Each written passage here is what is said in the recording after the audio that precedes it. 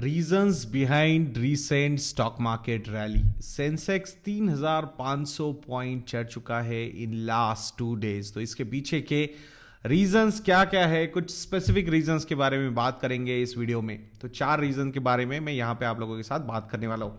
तो उसमें से फर्स्ट रीजन है FII inflows. Again positive FII flows have started from 1 Feb 2021।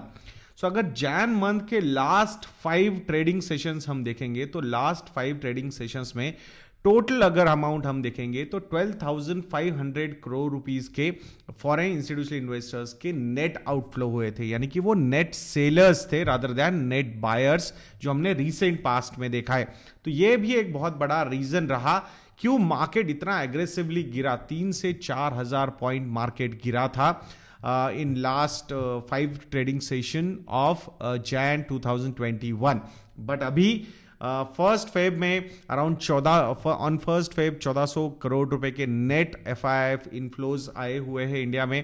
आज भी आई थिंक मुझे लगता है उसी रेंज में अराउंड 1 to 2,000 करोड़ रुपीस तक के FIIs के नेट इनफ्लोज हो सकते हैं, बिकॉज आज भी मार्केट 1200-1300 पॉइंट ऊपर है सेंसेक्स की अगर हम बात करेंगे।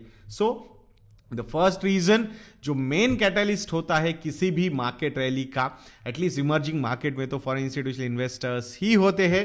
तो वो फर्स्ट रीजन रहा है क्यों मार्केट इतना रैपिडली ऊपर आया है, because everybody turn so positive about India या फिर ओवरऑल इमर्जिंग मार्केट के बारे में हम बात करेंगे। तो इसी के रिलेटेड सेकंड पॉइंट है क्यों मार्केट इतना ऊपर गया है। अगर हम एशियन मार्केट्स की बात करते हैं तो it's not only about India. Even कल भी मैंने बात की थी जब मार्केट 2300 पॉइंट ऊपर गया था सेंसेक्स, डेफिनेटली एक बजट का बहुत बड़ा रीजन था उसके पीछे। बट अगर एशियन मार्केट्स के भी क्यूज हम लेते तो सारे मार्केट्स अराउंड 2.5% तक ऊपर थे, whether it was Nikki, whether it was KOSPI, whether it was SCT composite जो थाईलैंड का है, कॉस्पी जो साउथ कोरिया का है, निक्की जो जापान का है। तो ये सारे मार्केट के इंडाइसेस ऊपर थे। तो वो भी एक बहुत बड़ा रीजन था कि इंडियन मार्केट्स वहां पे पॉजिटिव क्यूज ले रहे थे। इवन अगर हम US मार्केट्स की तरफ भी देखते हैं, so those markets were also up, जो ओवरनाइट सेशन हमने वहां पे देखा हुआ था। तो I think that was another reason why market was so positive on 1st also and even on 2nd Feb also. The third reason, obviously, we cannot deny, and that is budget booster. तो nothing negative is a big positive, ये statement हमने कल भी किया था। So that is the same thing. अब क्या क्या नथिंग निगेटिव मतलब बहुत सारे लोगों को लग रहा था शायद HNIs वगैरह के लिए टैक्सेशन फिर से और ज्यादा बढ़ा सकते हैं, कुछ नए सेस ला सकते हैं, कुछ नया स्लैब ला सकते हैं। तो वो कुछ नहीं आया।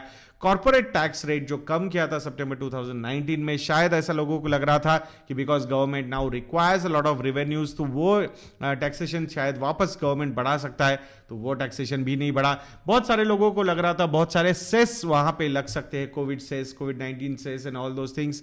वो पर्टिकुलर चीज भी यहां पे आती हुई नजर नहीं आई।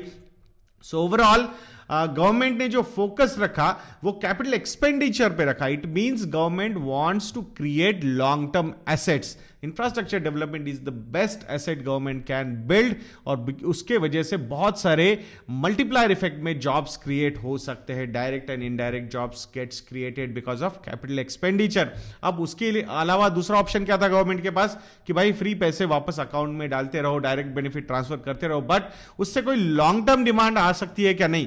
जो रिक्वायरमेंट थी 2020 में वो गवर्नमेंट ने पूरी की थी। बट यही चीज अगर हम कंटिन्यू करते रहेंगे और वहां पे एसेट्स बिल्ड नहीं होगे तो आने वाले समय में फिर जॉब क्रिएशन कहां से होगा? So now the focus should be completely shifted towards job creation, and that's why everybody is so gung ho about this particular budget, because government did not take any short term call, government took long term calls, and that's why everybody is so happy with that this particular budget. और वो भी एक reason रहा कि भाई nothing negative is a big positive, and plus the long term vision of this particular government वो market ने बहुत ज्यादा यहां पे रिवॉर्ड किए।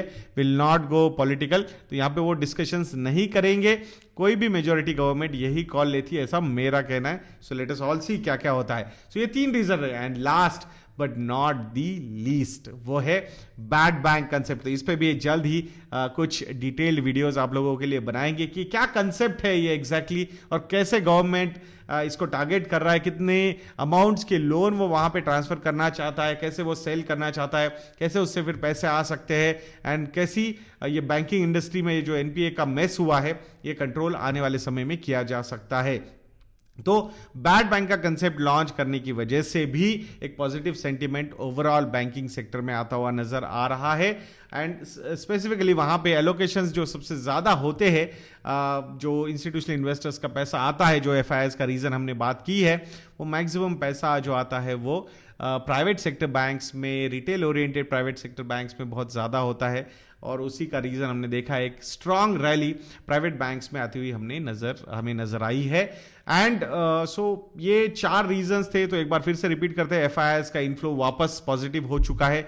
दूसरा, Asian markets and overall global markets are performing again well, so वो भी एक रीजन रहा कि मार्केट्स ऊपर क्यों जा रहे। थर्ड, बजट बूस्टर रहा, nothing negative is a big positive, so that was another reason. And fourth, bad bank concept जो इंप्लीमेंट होने वाली है आने वाले समय में।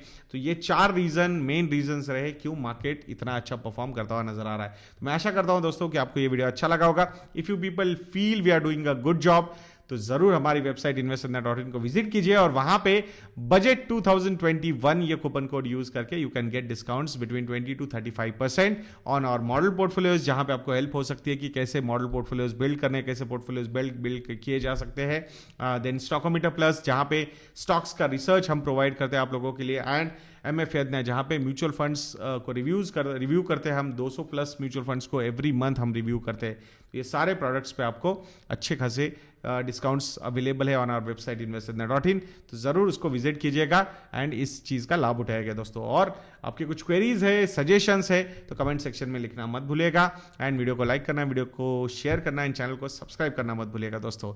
नेक्स्ट वीडियो में मिलेंगे। जय हिंद।